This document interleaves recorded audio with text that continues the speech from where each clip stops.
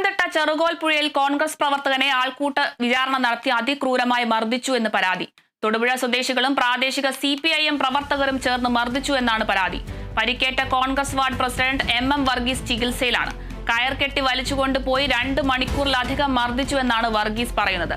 വിദേശ ജോലിയുമായി ബന്ധപ്പെട്ട് തൊടുപുഴ സ്വദേശിയിൽ നിന്ന് വർഗീസ് പണം വാങ്ങിയിരുന്നു.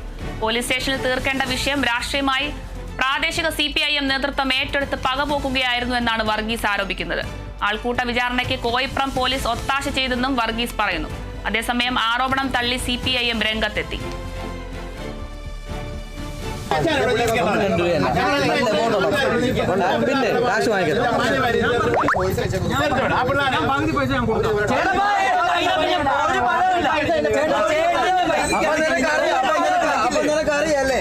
അവൻ നിനക്ക് അറിയാം പകുതി പൈസ അല്ലേ അല്ലേ ഒരാഴ്ച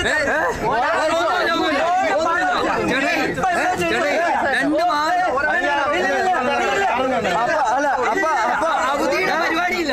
ഒരു ദിവസം പോയാൽ നിനക്ക് അറിയാം പകുതി പൈസ.